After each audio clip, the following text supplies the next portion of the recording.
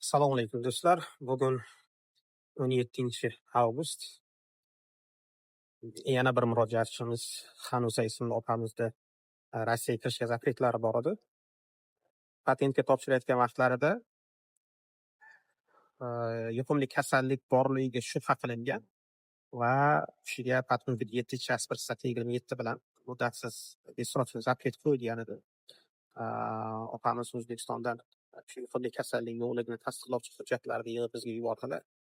Biz Rospotrebnadzorning Moskva shahridagi upravleniyasiga hujjatlar topshirgandik. Bugun Rossiyaga kirishga ruxsat oldik opamizga. Demak, agar sizda ham Rossiyaga kirishga yuqumli kasallik sababli zapret qo'yilgan bo'lsa, albatta bizga murojaat qiling.